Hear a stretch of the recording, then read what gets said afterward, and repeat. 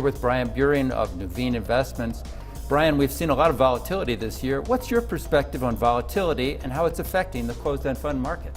Well, volatility in the marketplace has been rampant this year, no doubt. And if you just look at January, S&P, one of the toughest S&Ps in history, and translated onto the closed-end fund space, which by nature has a little bit of extra emotion involved in it, especially when you're talking about adding the component of leverage. Volatility can create opportunity though as well. So I guess there's certain aspects of the closed-end fund marketplace, including the oil going from $120 to $26, a lot of volatility in there. But the opportunity set, especially if you just look across all the different sectors, just about anywhere you look, you can find opportunities from this volatility. Along with economic and global uncertainty, we're now in a presidential political season. What might its effect be on the closed-end fund market?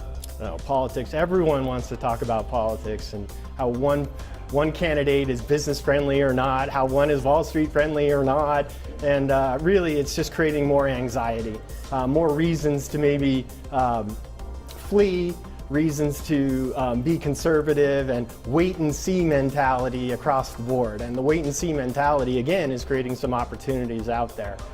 For those that are waiting for some sort of different taxation or some business-friendly president, it's still a president, and there's a lot of politicians alone that make the decisions. So generally in this time of the year, there's a lot of people that are putting off decisions, waiting to see who gets elected, and maybe we can take some opportunities along those routes. As investors consider various closed-end fund sectors, what suggestions can you offer? Well, the sectors definitely have ebbs and flows, if you will. The fixed income marketplaces, for the last 5 years, everybody's been calling for interest rates to go up. And even when they raised rates, there was a lot of anxiety around the borrowing rates. How expensive is it going to be for closed-end funds to borrow? And really, it's been a moot point.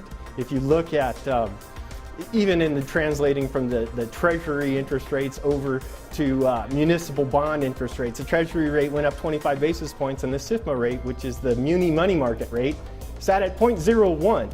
So the opportunities are abounding still on the muni side. If you look at taxes, and depending on the state you're in, municipal bonds are still trading at discounts. But if you look overall, you have to take a look at a sector and believe in it first before you even consider the closed-end fund side. So one of the areas that has a big opportunity in my mind is in the real asset area, where you're talking about utilities and real estate and transportation, really the brick and mortar of our society. Funds that are deeply discounted in that space. These are great cash flow entities that, to me, being at double-digit discounts, that is a great opportunity. For more information and data on individual closed-end funds, visit our sponsor, cefconnect.com, the authority on closed-end funds.